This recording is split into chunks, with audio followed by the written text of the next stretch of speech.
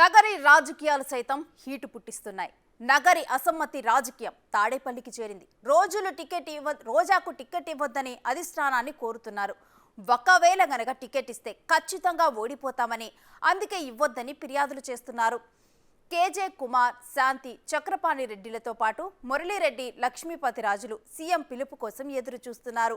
ఇప్పటికే గాలిముద్దు కృష్ణమనాయుడు చిన్న కుమారుడు ఎంపీ విజయసాయిరెడ్డిని కలిశారు.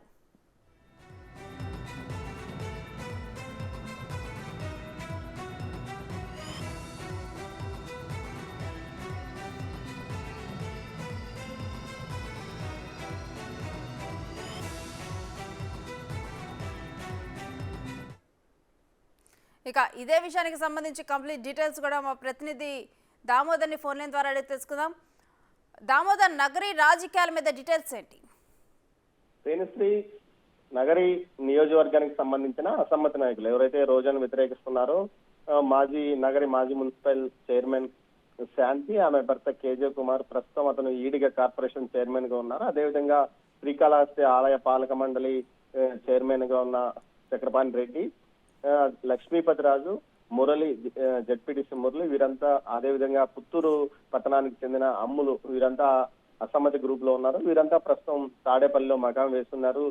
తమకు అపాయింట్మెంట్ ఇవ్వాలంటూ ఇప్పటికే సీఎం జగన్మోహన్ రెడ్డిని కోరినట్లు సమాచారం.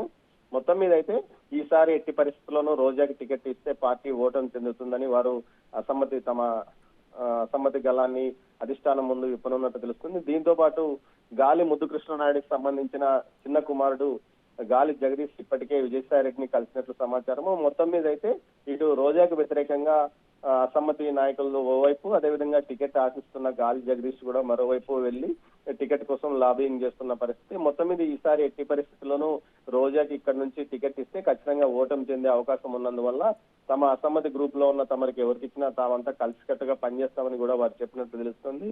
దీంతో పాటు బయట వ్యక్తి ఎవరు ఇచ్చినా ఖచ్చితంగా పనిచేస్తాము, పార్టీని గెలిపిస్తామని కూడా వీరు అంటున్నారు. అయితే గతంలో నగరి పర్యటనకు వచ్చిన జగన్మోహన్ రెడ్డి రోజాకు శాంతి, నగరి ఎక్స్ మున్సిపల్ చైర్మన్ శాంతి మధ్య సయోధ్య కుదుర్చాలని ప్రయత్నించినప్పటికీ రోజా కొంత దూరంగా వెళ్లిపోయిన పరిస్థితి. ఈ నేపథ్యంలో అప్పటి నుంచి పార్టీ పరిస్థితులు మరింతగా దిగజారుతున్నాయని పార్టీ సర్వేలు కూడా తెలుపుతున్న పరిస్థితి. మరోవైపు రోజా కూడా తనకు టికెట్ ఇచ్చినా ఇవ్వకపోయినా తాను జగనన్న సైనికురాలుగా పనిచేస్తానంటూ ఇప్పటికీ అడిగినా అడగకున్న మీడియా సమావేశాల్లో చెప్తుంది. అంతేకాకుండా తనకు ఖచ్చితంగా అవకాశం వస్తుందంటూ కూడా ఆమె ధీమాగా ఉన్న నేపథ్యము. దీంతో పాటు బలమైన క్యాడర్ తన వైపే ఉంది. అసమ్మత నాయకులంతా కలిసినా కూడా తనను ఏం చేయలేరంటూ కూడా ఆమె తన అనుచరుల వద్ద చెప్తున్న పరిస్థితి. అనుచరులు కూడా అదే విధంగా అంటున్నారు. మొత్తం మీద అయితే నగరిలో గత ఎన్నికలు తీసుకుంటే ఆమె 2014లో 800 ఓట్లతో గెలిస్తే ఆ తర్వాత 2019లో 2000 ఓట్లతో విజయం సాధించింది. రాష్ట్ర వ్యాప్తంగా జగన్మోహన్ రెడ్డి గాలి వీస్తున్న సమయంలో కూడా బోటాబోటీ మెజార్టీతో బయటపడింది.